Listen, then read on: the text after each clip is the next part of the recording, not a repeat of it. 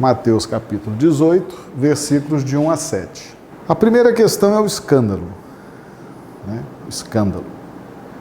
Ai daquele, ou qualquer daquele, que escandalizar um desses pequeninos. O que é escandalizar? Escandalizar, na linguagem do Evangelho, é perverter a estrutura conceitual das balizas conceituais e morais do Evangelho.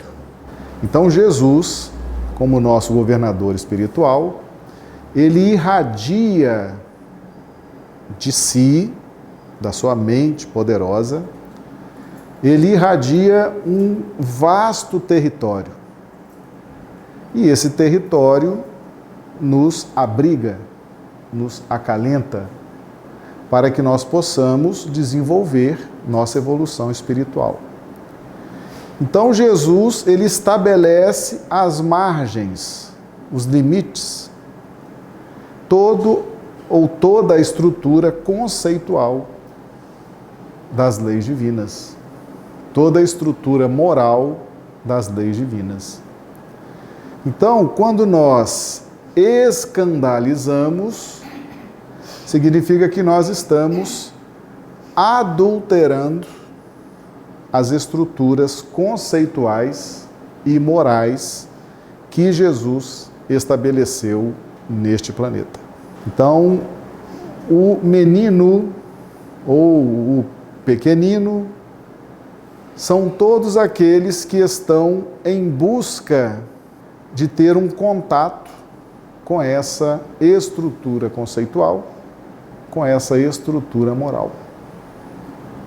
E o escândalo vem quando nós modificamos, a partir do nosso interesse pessoal, essas estruturas lançadas por Jesus. Observe que Jesus fala sobre a humildade. Ele coloca a humildade como um aspecto fundamental. Lá no versículo 4. Portanto, aquele que se tornar humilde como este menino, esse é o maior no reino dos céus. Então, a humildade passa a ser um componente fundamental para a nossa evolução espiritual e para que a gente possa compreender toda essa estrutura conceitual e moral do Evangelho. Humildade é o reconhecimento da nossa pequenez diante da grandeza de quem? De Deus. Ser humilde não é adotar uma postura de inferioridade em relação às pessoas, a Deus. Não. É reconhecer a onipotência divina, a onisciência, a sabedoria de Deus, a presença de Deus, o poder de Deus. Reconhecer tudo isso numa dimensão muito, mas muito superior à nossa dimensão. Sem complexo de inferioridade. É esse reconhecimento. Quando nós adotamos a humildade como componente fundamental na nossa essência, aí nós estamos nos colocando receptivos para entender essa estrutura conceitual e moral que Jesus nos oferece. Então, o menino, ele representa a capacidade plena de percepção. Não é assim que a gente enxerga a criança? A criança não é aquele ser eternamente carente, embora que chegue um determinado momento, a personalidade se revele. Mas enquanto ele é criança, enquanto está naquela infância, enquanto ele é menino, é alguém que está o tempo todo precisando de orientação, de ser acalentado, de ser acolhido, de ser orientado. E você vê que a criança, ela tem uma capacidade de perdoar impressionante. A criança tem essa capacidade de levar uma correção da mãe, do pai, às vezes até chorar, né? E daqui a meia hora está ali no colo do pai, no colo da mãe, abraçando, beijando, brincando. A criança não tem essa capacidade, essa fluidez psíquica? Então Jesus utiliza essa característica psíquica daquele espírito. Aquele é um espírito que está iniciando a sua reencarnação. Então a criança, a característica psíquica da criança é essa percepção aberta o tempo todo. Para correção, para o ensinamento, para a retomada de rumos, para a retomada de uma brincadeira, retomada de um contato com a mãe, com o pai. Então, a humildade é isso. Essa capacidade de estar o tempo todo reconhecendo em Deus essa soberania, esse poder. Assim como a criança reconhece no pai e na mãe esse poder de suprir suas necessidades, de lhe atender às suas carências afetivas, emocionais, sentimentais. A criança não tem essa percepção em relação ao pai, à mãe, aos adultos mais próximos. Então nós temos que ter essa mesma percepção em relação a Deus.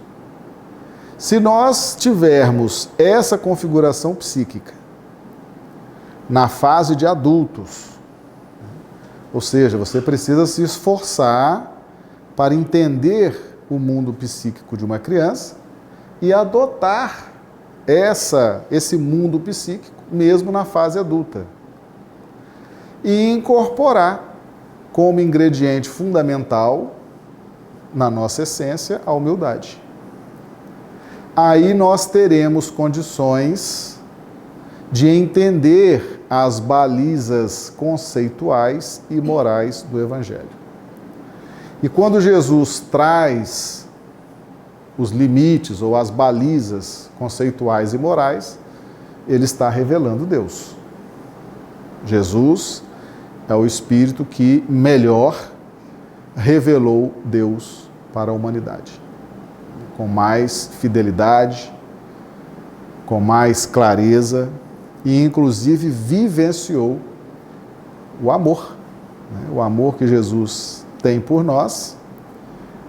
Ele nos ama do plano espiritual, nos acalentando na sua órbita vibracional, e também ele veio e nos mostrou, através da vivência na carne, acerca desse amor incondicional que ele tem por nós. Mas surge a figura do escândalo. O escândalo é quando nós deturpamos essas balizas conceituais e morais de Jesus. Aí você pergunta assim, mas Marcelo, como que eu vou fazer isso? Eu não sei nem quando que eu posso ser instrumento de escândalo. Aí nós vamos lá para a história da figueira que secou. Evangelho de Marcos, capítulo 11, inicialmente versículos de 12 a 14. E no dia seguinte, quando saíram de Betânia, teve fome. Estão falando de Jesus. E vendo de longe uma figueira que tinha folhas, foi ver se nela acharia alguma coisa. E chegando a ela, não achou senão folhas, porque não era tempo de figos. E Jesus, falando, disse à figueira: nunca mais coma alguém fruto de ti. E os seus discípulos ouviram isto. E eles, passando pela manhã, viram que a figueira se tinha secado desde as raízes. E Pedro, lembrando-se, disse-lhe: Mestre, eis que a figueira que tu amaldiçoaste se secou. E Jesus, respondendo, disse-lhes: Tende fé em Deus. Porque em verdade vos digo que qualquer que disser a este monte: ergue-te e lança-te no mar, e não duvidar em seu coração, mas crer que se fará aquilo que diz, tudo o que disser lhe será feito. A figueira cheia de folhas, aquela ostentação, aquela beleza, e Jesus, vendo aquela figueira maravilhosa, cheia de folhas, uma árvore frondosa, bonita, foi ver se tinha alguma coisa, que estava com fome. E chegou lá, não tinha nada. E também não era tempo de figos. Estranho, né? Como é que Jesus, que é o governador espiritual do planeta, avista uma figueira, ele sabia que não era tempo de figos, e foi lá, e o Evangelho não usa o termo figo, fala que ele foi ver se tinha alguma coisa. Esse alguma coisa é o ponto-chave dessa passagem. Por quê? Jesus foi na figueira, linda, maravilhosa, que ostentava uma beleza, para ver se tinha alguma coisa para matar a fome. Que fome era essa que Jesus tinha? Jesus representa, nesse caso, os pequeninos. Quando derdes de beber a quem tem sede, quando visitastes o que está preso, quando fizer isso, fizer aquilo, é a mim que fizestes. Quando receberdes um destes pequeninos, é a mim que recebes. Então Jesus, ao se dirigir à figueira, ele está representando os pequeninos. Jesus está nos ensinando a lei de solidariedade. Aquele que já está caminhando à frente deverá ajudar o que está caminhando na retaguarda. Então Jesus, representando os carentes, os desprovidos de conhecimento, os desprovidos de maior perícia, de maior entendimento, aqueles que estão em sofrimento, vai buscar em quem aparenta conhecimento, em quem aparenta sabedoria, em quem aparenta autoridade espiritual. E ao chegar diante da figueira, não tinha nada. Ou seja, a figueira escandalizou Jesus. Tinha ali conceitos, balizas de conceitos, balizas morais? Não tinha. Jesus não estabeleceu como governador espiritual do planeta as balizas conceituais e morais para a nossa evolução? Muitos já não estão tendo acesso a isso, pelos estudos, estão tendo acesso a isso. Não estão se transformando em árvores frondosas? Automaticamente, o que virá até eles? Os necessitados. Não é assim que funciona a lei de solidariedade? Aquele que já alcançou uma determinada condição, é como se ele acendesse uma luz. Então, aquele que já está dentro desse contexto, automaticamente os pequeninos vão se aproximar para obter dele os conceitos, as indicações morais. E se ele não tem nada para oferecer? Só tem aparência. Ou se ele ensina errado? Ou se ele encaminha errado? Ou se ele deturpa as balizas que o Cristo estabeleceu? Isso chama escândalo. Então, o escândalo relacionado ao Evangelho é essa deturpação daquilo que já foi pré-estabelecido por Jesus. E a gente muitas vezes é mestre em fazer isso, né? Jesus ensina uma coisa, ele traz as balizas conceituais e morais do Evangelho, a gente dá uma lida naquilo, estuda, entende mais ou menos, começa a se transformar numa árvore frondosa, né? E na hora de oferecer alguma coisa para as pessoas, a gente oferece tudo errado. Mas por que a gente faz isso?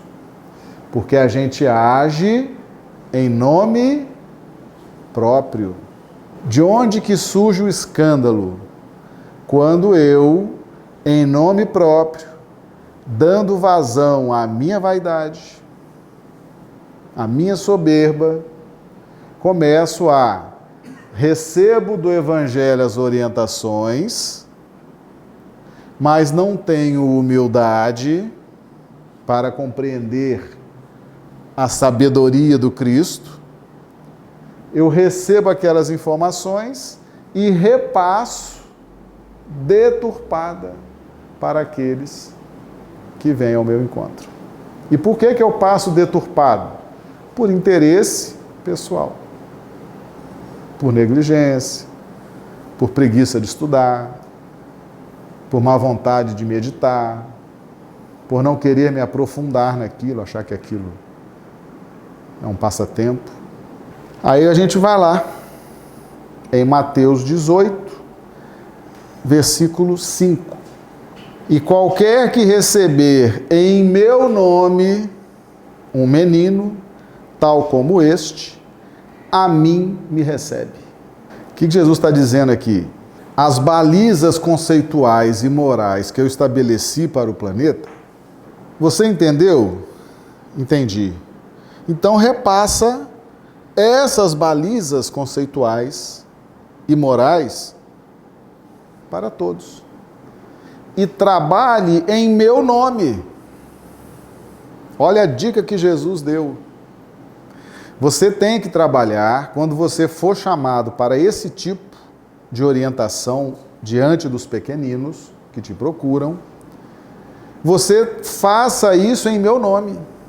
Aquele que receber um desses meninos em meu nome, é a mim que recebe. Então a gente tem que repassar aquilo que Jesus nos ensinou. Você pode, às vezes, muitas vezes falar assim, mas eu não estou entendendo muito bem o Evangelho, não estou entendendo muito bem a mensagem do Cristo. Então passe em nome dele. Diga, Jesus falou isso, falou aquilo, falou aquilo, falou aquilo. Agora tem gente que quer interpretar, tem gente que quer dar a sua visão personalista e aí fala em seu próprio nome, ensina em seu próprio nome, manipula, direciona em seu próprio nome. Então, é preferível, se você não entendeu, repete o que Jesus ensinou no Evangelho e repassa. Eu vou passar aqui exatamente o que o Cristo ensinou. Porque eu estou aqui trabalhando em nome dele. Então eu estou repassando o que está no Evangelho. Aí cada um interpreta, né? Sente. Agora, o que muita gente faz, e aí configura o escândalo, eu não entendi muito bem o que Jesus falou, vi que estava escrito, e em vez de trabalhar em nome dele, porque é ele que estabeleceu as balizas conceituais e morais, eu começo a trabalhar em meu nome. Aí Jesus ensina alho, eu ensino bugalho, percebe? Aí alguém vai perguntar assim, mas por que você ensinou bugalho? Eu falo, não, porque tem que ser bugalho. Por que você não ensinou o alho? Só repetisse então o que Jesus ensinou, está no Evangelho. Não, mas eu tenho a minha verdade. A gente tem mania disso, né? Eu tenho a minha verdade, eu tenho a minha... E aí cria o escândalo. Todas as vezes que nós deturpamos as balizas conceituais e morais trazidas por Jesus, nós somos instrumento de escândalo. Nós estamos atrapalhando a evolução espiritual. Somos aquela figueira cheia de árvore, que só tem a aparência, fala e não faz, não entendeu muito bem, mas está ensinando em seu próprio nome.